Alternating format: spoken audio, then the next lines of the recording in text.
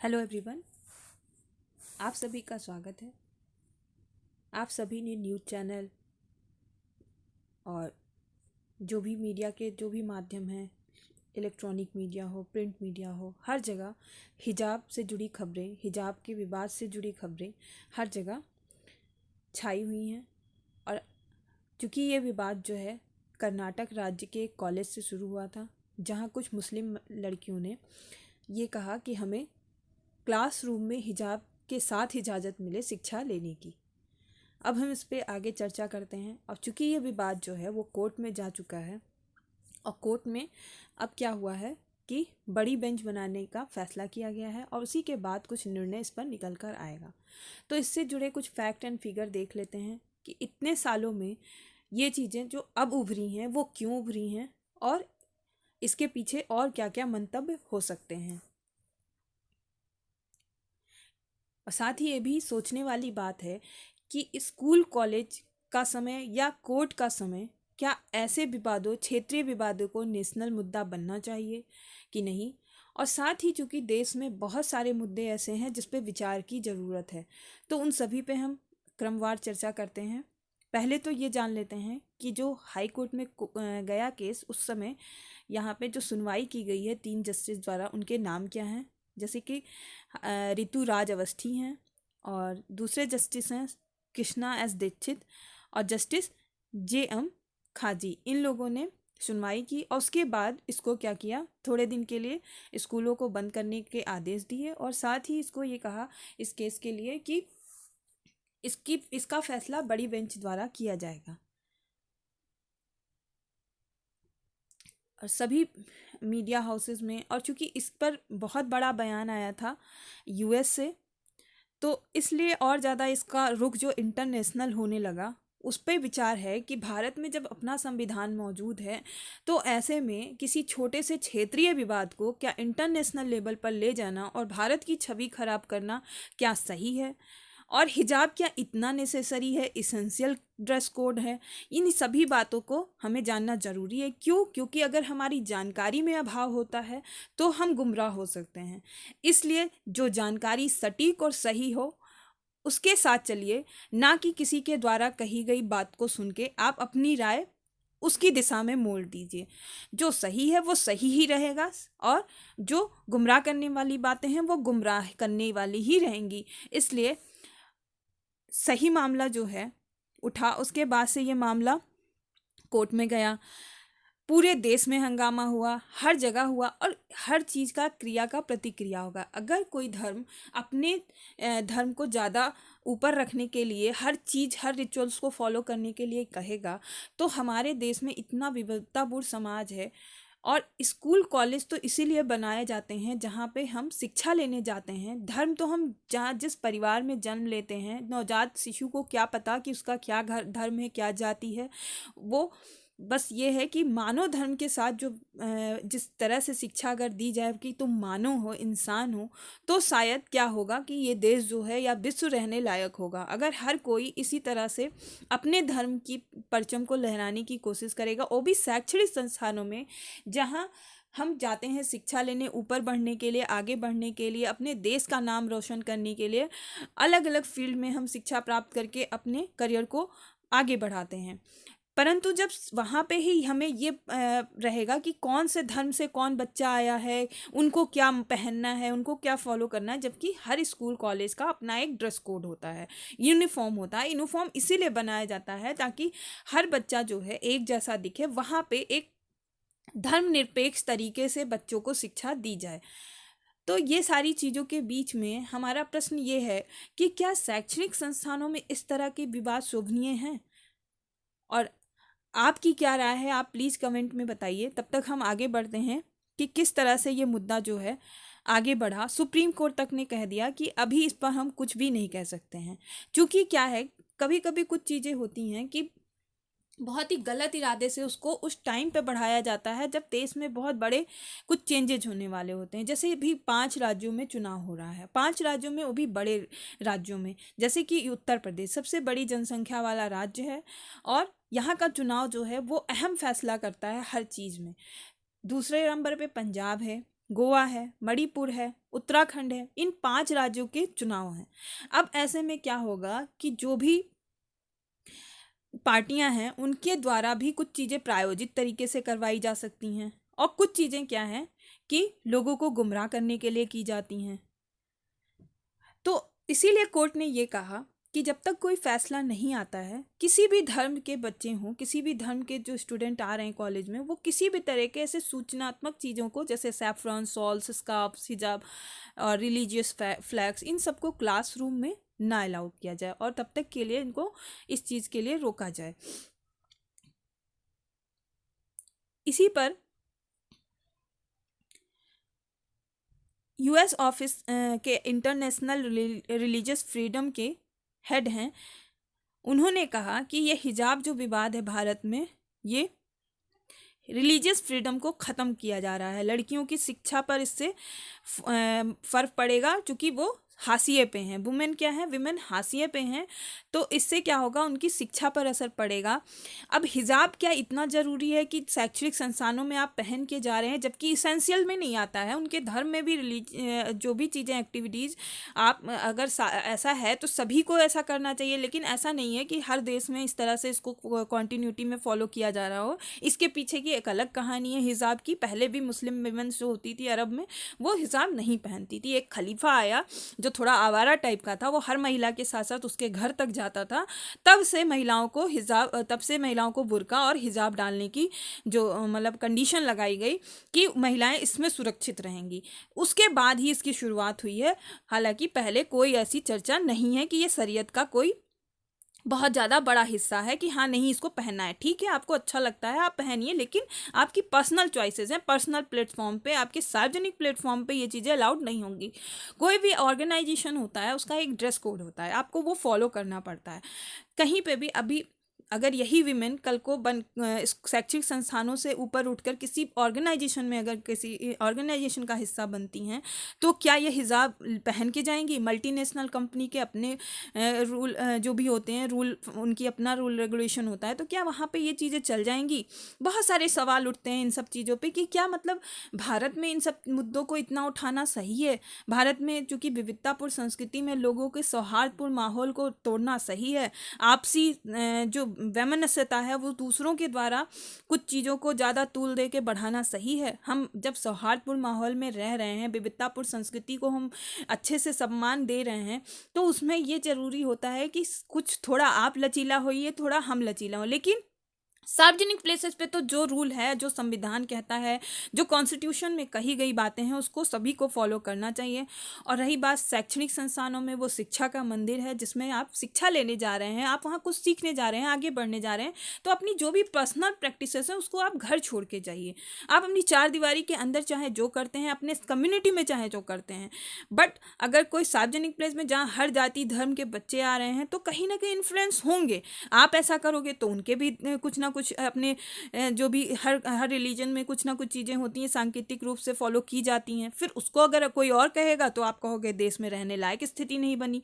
तो बहुत सारी चीज़ें हैं। अगर आपको शांत माहौल चाहिए तो बहुत सारी चीज़ों में आपको भी थोड़ा चीज़ों में समझ दिखानी होगी, और सही जानकारी के साथ लोगों को सूचित करना होगा। जो भी चीज़ें हैं आपके रिलीजन के बारे में, आपके गलत जो इंटरप्रिटेशन किया जा रहा है, वो बहुत ज़्यादा अशोभनीय है। किसी भी धर्म के ऊपर कहीं ना कहीं उस धर्म के ऊपर ही ये बातें आ जाती हैं। अपने आप में हर धर्म बहुत सफिशिएंट होता है अपने अनुयायियों, अपने नागरिकों को, अपनी चीज़ों को वो समाहित करने के लिए। नैतिकता का पाठ इसीलिए धर्म बनाया गया कि एक जो रूल बुक होती है, रूल्स होते हैं, उसके अकॉर्डिंग जो है इंसान उसको फॉलो करके अपने जीवन को उत्तम बना सके।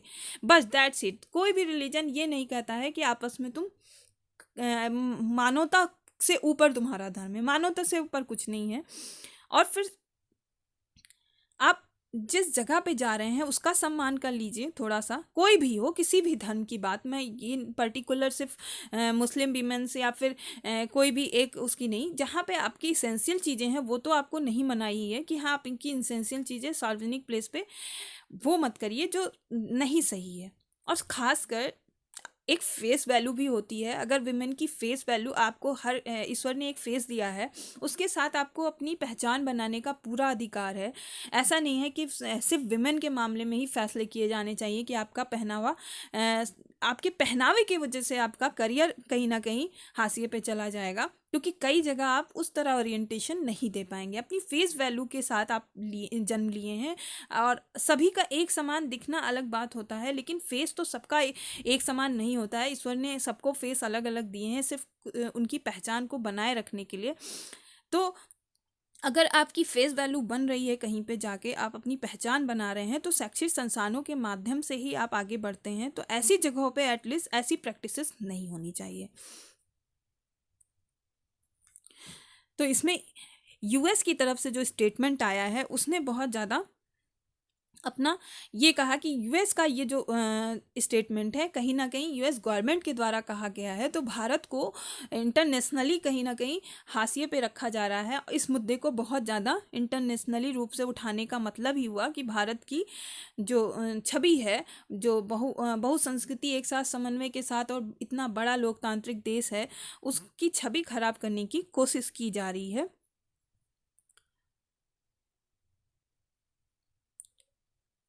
और ये जो स्टेटमेंट दिया है, यूएस एम्बेसडर हैं, इनका नाम है रसद हुसैन। इन्होंने कहा कि religious freedom includes the ability to choose one's religious attire. इस तरह से मतलब कि नहीं करना चाहिए कि किसी को चूज करना पड़े रिलीजियसली, उसको ये सोचना पड़े कि ये मेरी जो इम्पोर्टेंस है वो ख़त्म हो जाएगी, हमें अपने रिलीजन को मानने का जो अधिकार है वो हमें नहीं मिल रहा है। इस पे बहुत सारी कंट्रोवर्सी इसीलिए हुई है हर जगह से, क्योंकि शब्दों का जो है लोगों ने हेर फेर कर दिया है बहुत। सिर्फ और सिर्फ उसके पीछे के मंतव्य आप साफ साफ समझ पा रहे होंगे। आपने इतने सारे मीडिया हाउसेस के जो न्यूज़ आ रही हैं इस समय, जो न्यूज़ कवरेज दी जा रही है इस मुद्दे को, आई थिंक सो इससे भी बड़े बड़े बृहद मुद्दे हैं, जिसके कारण बहुत सारे जीवन जो हैं हाशिए पे हैं, उनको उठाना चाहिए। ऐसे मुद्दों का जो विवाद है वो कोर्ट ने कह दिया है कि ठीक है, वक्त आने पर इसका फैसला हो जाएगा, क्योंकि पूरा संविधान का जो है इंटरप्रिटेशन उसको ऐसे ही सतही लेवल पे नहीं किया जा सकता है। उसके लिए बहुत सारी चीज़ें सोचनी समझनी और बारीकी से उसका एनालिसिस किया जाएगा, तब कोई बदलाव किया जा सकता है। क्यों? क्योंकि देखिए, कोर्ट के पास टाइम नहीं है। कोर्ट अगर टाइम इतना ही फालतू होता तो इतने सारे केसेस जो पेंडिंग हैं, लगभग 73,000 केसेस जो हैं वो पेंडिंग है सुप्रीम कोर्ट में। लगभग 44 मिलियन सभी कोर्ट्स में, इंडिया के सभी कोर्ट्स में 44 मिलियन, आप सोच लीजिए। और कभी भी जब वक्त पे न्याय नहीं होता है तो क्या होता है, लोग सफ़र करते हैं संसाधनों से। और किसी की भी आयु जो है, अगर आपको कोई सज़ा मिलनी है, मान लीजिए किसी सीमित टाइम के लिए, और उसकी सुनवाई नहीं हो पा रही है, तो आप तो सज़ा से भी ज़्यादा सज़ा पा रहे हैं। तो इस टाइप की चीज़ें जो हैं, अगर कोर्ट का इतना कीमती वक्त इन्हीं सब मुद्दों पे खर्च होगा, और या फिर बहुत सारे मुद्दे देश में ऐसे हैं जिस पे विचार की ज़रूरत है, जैसे वन नेशन वन एजुकेशन, शायद इस पे विचार होना चाहिए। क्यों?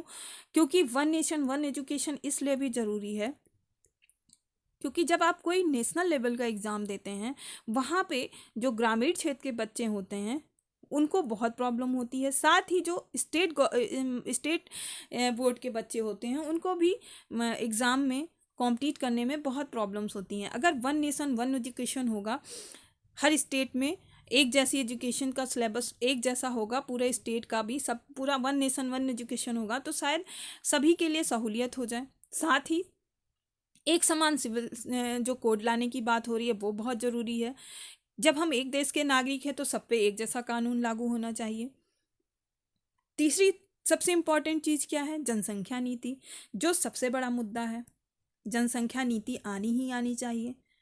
जनसंख्या नीति, क्योंकि सीमित संसाधनों पे इतना ज़्यादा जो भार पड़ रहा है, उससे क्या हो रहा है, विकास बाधित हो रहा है और मानव संसाधन सफ़र होने के लिए मजबूर है। यानी कहीं ना कहीं इसका इफेक्ट सब हर किसी पे पड़ रहा है एक दूसरे, क्योंकि जब सीमित संसाधन होंगे, पर्यावरण को ह्रास होगा, और जो भी चीज़ें हैं उसमें आपको अगर सुधार करना है तो नए सिरे से उस पर एनालिसिस की, विश्लेषण की ज़रूरत है।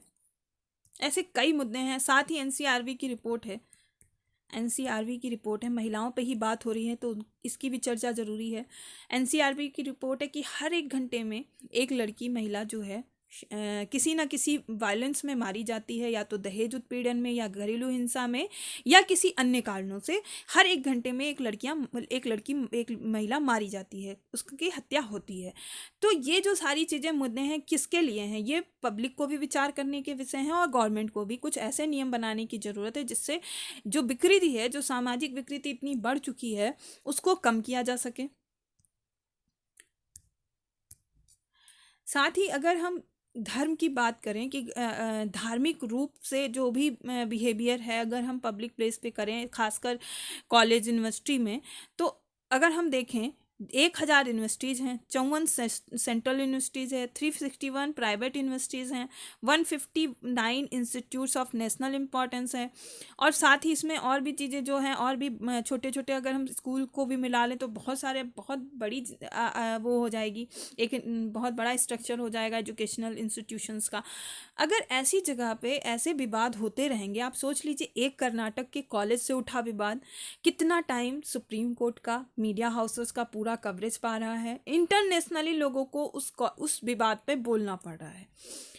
ठीक है, अगर आप कह रहे हैं कि ठीक है ऐसी चीज़ें, ऐसी ड्रेस कोड को हटाओ और जो जिस धर्म का है उसकी प्रैक्टिसेस वहाँ आप गोइंग ऑन रहने दो, परंतु आप ये सोचिए अगर ऐसी प्रैक्टिसेस होने लगी तो बच्चों का मन जो है, बच्चों का जो दिमाग है, उसको हम जैसा घर परिवार से दिए हैं वो चीज़ें वहाँ पे अगर वो उसी तरह से व्यवहार करेंगे तो क्या एक अच्छे नागरिक और एक अच्छे कोई किसी भी दिशा में उनका करियर ओरिएंटेशन अच्छा हो पाएगा? जहाँ पे इस तरह की चीज़ें एक खिंचाव लेकर आएंगी आपस में, क्या वो समन्वय सीख पाएंगे? कि एक किसी अगर मान लीजिए कहीं पे कोई भी ऑर्गेनाइजेशन ज्वाइन करता है, कोई बच्चा किसी भी जगह किसी का भी हिस्सा बनता है, तो उसकी एक सोच नहीं हो जाएगी, एक विचारधारा नहीं जनरेट हो जाएगी कि मैं इससे हूँ, मैं इस धर्म का हूँ। एटलीस्ट स्कूल ऐसा केंद्र होता है कि जहाँ हर बच्चा खिलखिला के अपने आप को समाहित करने की सबके बीच में कोशिश करता है, हर संस्कृति हर धर्म के बीच में। क्यों? क्योंकि वहाँ पे ऐसी चीज़ें दिखाई नहीं जाती हैं, इसीलिए यूनिफॉर्म बनाए गए स्कूल में। इसीलिए कोई भी ऐसा नहीं है कि हाँ आप कुछ भी पहन के चले आओ। कुछ स्कूलों में, हर जगह कॉलेज स्कूल में जहाँ ड्रेस कोड लागू है, जहाँ पे यूनिफॉर्म लागू है, एटलीस्ट वहाँ पे इस तरह की चीज़ें जो उठाई जा रही हैं मांग, वो नहीं उठनी चाहिए। ये मेरा अपना ओपिनियन है, बाकी सबका अपना अपना हो सकता है। आप भी कमेंट में अपना ओपिनियन दे सकते हैं इस मुद्दे पे। अब हम जान लेते हैं कि मौलिक अधिकार जो है क्या कहता है, संविधान क्या कहता है हमारा, जिसे आर्टिकल 15 कहता है कि किसी भी आधार पे, रिलीजन के, रेस के, कास्ट के, सेक्स और प्लेस ऑफ बर्थ के आधार पे किसी से भी सार्वजनिक प्लेसेस पे जो है भेदभाव नहीं किया जाना चाहिए, इन सब आधारों पे। साथ ही मतलब जो भी सार्वजनिक प्लेसेस हैं, जैसे शॉप्स हैं, पब्लिक रेस्टोरेंट्स हैं, होटल्स हैं, इन सभी जगहों पे क्या है, आर्टिकल 15 कहता है कि किसी से भी कोई भेदभाव नहीं होना चाहिए।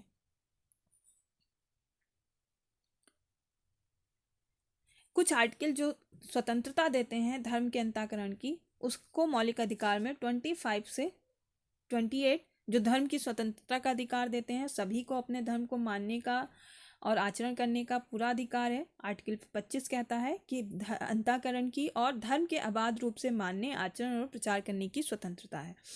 आर्टिकल 26 कहता है कि धार्मिक कार्यों के प्रबंध की स्वतंत्रता है। आर्टिकल 27 कहता है किसी विशिष्ट धर्म की अभिवृद्धि के लिए करों के संदाय के बारे में स्वतंत्रता है। आर्टिकल 28 कुछ शिक्षा संस्थाओं में धार्मिक शिक्षा या धार्मिक उपासना में उपस्थित होने के बारे में स्वतंत्रता है। कुछ शिक्षा संस्थाओं, ये ध्यान रखिएगा कि जहाँ पे धार्मिक शिक्षा के लिए ही जिसको बनाया गया है वैसे संस्थानों में। फिर संस्कृति और शिक्षा संबंधी अधिकार भी दिए गए हैं संविधान में, जो कि आर्टिकल 29 से 30 है। यानी आर्टिकल 29 कहता है कि अल्पसंख्यक वर्गों के हितों का संरक्षण किया जाएगा, और आर्टिकल 30 है शिक्षा संस्थाओं की स्थापना और प्रशासन करने का अल्पसंख्यक वर्गों का अधिकार होगा। यानी अल्पसंख्यक वर्ग अगर चाहते हैं अपने संस्कृति को आगे बढ़ाने के लिए, तो जैसे मदरसा वगैरह की स्थापना वो कर सकते हैं फ्री होकर, तो इन सभी संस्थानों को वो अपने तरीके से चला सकते हैं वहाँ पे। वहाँ पे उनके हितों का संरक्षण किया जाएगा। अब इतना सारा संरक्षण संविधान के अंदर अल्पसंख्यकों को दिया गया है, तो मुद्दा कहाँ पे आता है? मेरा प्रश्न है आप लोगों से कि जब इतने सारे अधिकार सभी को प्राप्त हैं, सबको एक समान तरीके से, एक समान तराजू के हिसाब से प्राप्त हैं, तो विवाद तो उठना ही नहीं चाहिए हिजाब का, क्योंकि पब्लिक प्लेसेस पे तो सबके लिए मनाही है ना, सिर्फ आपके लिए नहीं है। सिर्फ ये कहा जा रहा है कि अल्पसंख्यकों को अपने धर्म का आचरण करने की स्वतंत्रता नहीं मिल रही है, तो ये गलत संदेश है, ये चीज़ सही नहीं है। धार्मिक आचरण आप कर सकते हैं अपने प्लेसेस पे, अपने प्लेसेस इन द सेंस जो संविधान ने भी कह रखा हर किसी के लिए। आप ये कहें कि हम हमें नहीं, तो आप देख लीजिए जाके स्कूल कॉलेज में जो ड्रेस कोड होता है, यूनिफॉर्म होता है, वो सभी को फॉलो करना पड़ता है। ऐसा नहीं है कि सिर्फ आपको, सबके धर्म में कुछ ना कुछ चीज़ें हैं। सिर्फ यूनिफॉर्म का हिस्सा, देखिए कपड़े अलग चीज़ हो जाते हैं, क्योंकि और बाकी जो चीज़ें फॉलो करने की होती हैं वो अलग हो जाती हैं। अब आप कहें कि हिजाब अलग चीज़ है, हिजाब के साथ साथ जो हिजाब की तुलना आप कलावा से कर दें, तो ऐसे तो ताबीज आप में भी है, मुस्लिम में भी है, ऐसे आप फिर बात करें सिखों की, तो सबके कुछ इसेंशियल जो प्रैक्टिसेस हैं वो तो किसी को कहीं पे मनाही नहीं है कि आप ये चीज़ ना करें। लेकिन जो आपकी आइडेंटिटी को छुपा रहा है, जहाँ आप एक आइडेंटिटी बनाने जा रहे हैं, वहाँ पे आपकी आइडेंटिटी हिडन करने की कोशिश की जा रही है, वो गलत है। वो कहीं ना कहीं आपके ही अधिकारों को ख़त्म कर रहा है, विमेंस को ही पीछे करने की कोशिश कर रहा है। तो ऐसे में नहीं होना चाहिए ये चीज़। क्या विमेन पहले से ही हाशिए पे थी? और खासकर मुस्लिम विमेंस के लिए तो कहा ही जाता है कि वो अपने हित की लड़ाई खुद ही नहीं लड़ पा रही थी, अभी तक ट्रिपल तलाक से झेल रही थी, और भी कई उनके यहाँ मुद्दे होते हैं जो विमेंस को बहुत किनारे तालिबानी सोच के साथ उनको पीछे पीछे रखा जाता है। तो ये सारी चीज़ें जो वर्ल्ड फेमस बातें हैं वही मैं कर रही हूँ, कोई भी इस तरह से नहीं है। ऐसे हर धर्म में है। महिलाओं की स्थिति अगर हम एक समान रूप से तुलना करें, तो लगभग सभी धर्मों की महिलाओं को एक तरह से बहुत ज़्यादा आगे बढ़ने के लिए उतना जो एक होना चाहिए लोगों के अंदर उत्साह, वो नहीं होता है। अगर पूरे समाज का पूरे एक नारी कम्युनिटी या विमेन कम्युनिटी की हम बात करें, तो बहुत रेशियो जो निकलता है बहुत कम निकलता है हायर एजुकेशन में, या फिर इंजीनियरिंग बैकग्राउंड में, या साइंस स्ट्रीम में, या फिर बहुत सारे स्कूल कॉलेजेस में जो विमेन को बढ़ावा दिया जाना चाहिए वो नहीं दिया जाता है। तो ऐसे में अगर जहाँ पे इस तरह की स्थिति हो, वहाँ पे तो और ज़्यादा ये सोचना चाहिए कि विमेंस को जितना हो सके आप उनको सेफ फील करवाइए और उनको फ्री करिए थोड़ा सा उनकी आइडेंटिटी बनाने के लिए, ना कि उनको पर्दे में आप आज भी उसी सोच में जी रहे हैं जो पहले की सोच थी, आचरण था। पहले क्या था, अगर किसी ने गलत किया और उसके कारण विमेन को ही हाशिए पे किया गया, तो ये गलत है, ये कहीं से भी सही नहीं है।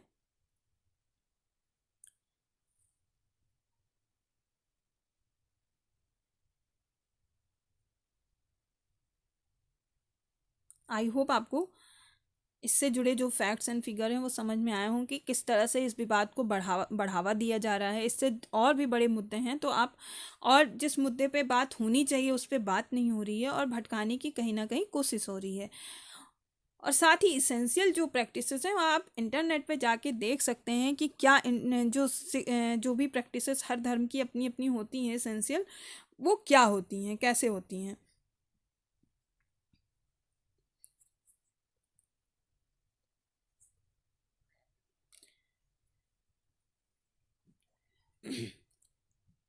वीडियो को अंत तक देखने के लिए बहुत बहुत धन्यवाद।